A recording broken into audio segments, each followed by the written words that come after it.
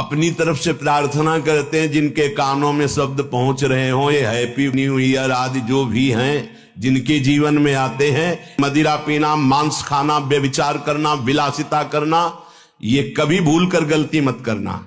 अगर हमारे शब्द पहुंच रहे हैं तो हम हाथ जोड़कर आपसे प्रार्थना करते हैं, कोई भी उत्सव मनाने के लिए पूरी रात नाम कीर्तन कीजिए।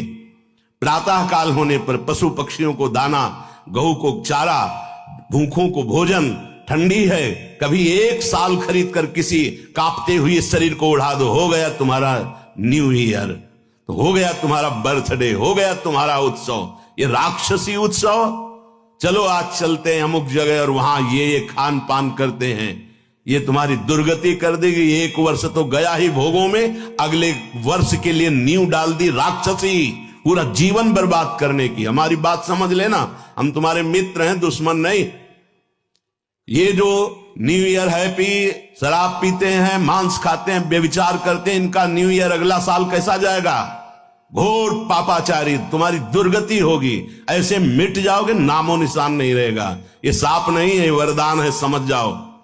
अगर तुम्हें कोई भी उत्सव करना है तो भगवान नाम कीर्तन करो, रात भर जग करके सब नाचो गाओ, प्रभु का यश गाओ, और 10-5 को इकट्ठा कर लो, जीवन सार्थक हो जाएगा, पूरा साल मंगल में जाएगा। किसी पापी आदमी को देखा जाता है,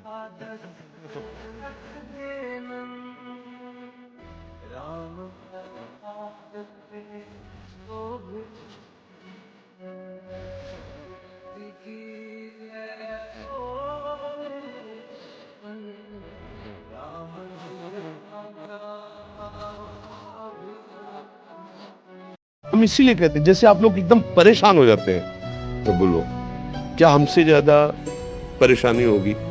दोनों किडनी खराब, दवाई लाने के लिए पैसे नहीं, पानी रखा है हम उठ के पी नहीं सकते, भीषण शरीर में कष्ट, भीषण बुखार, क्योंकि किडनी फेल, जरा में बुखार, खाने को क्या, रोटी मांग के लाओ। अगर वहां सब्जी मिलती है तो लाल मिर्च ऐसी पड़ के मिलती थी कि वो पा नहीं सकते थे।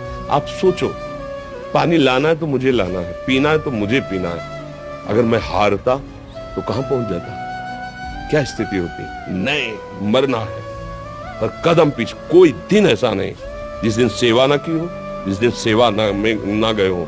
गुरुजी की सेवा में जाना है, पहले अपने को स्वस्थ साबित करना है, नहीं सेवा नहीं लेंगे।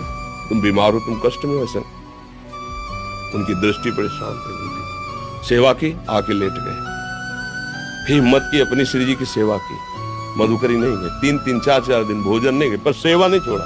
दिन यदि आप प्रभु के अधीन हो, प्रभु के शरणागत हो, तो किसी भी देवी देवता की ताकत नहीं कि आपके विरुद्ध तनिक भी बर्ताव कर सके।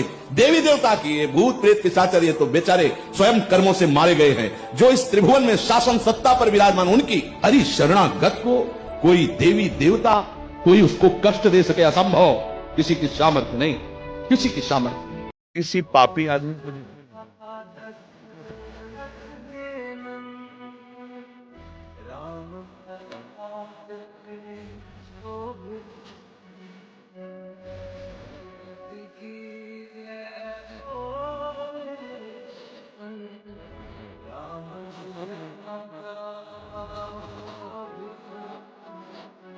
जैसे बिना मांगे विपत्ति आ रही है, ऐसे बिना मांगे संपत्ति आ जाएगी।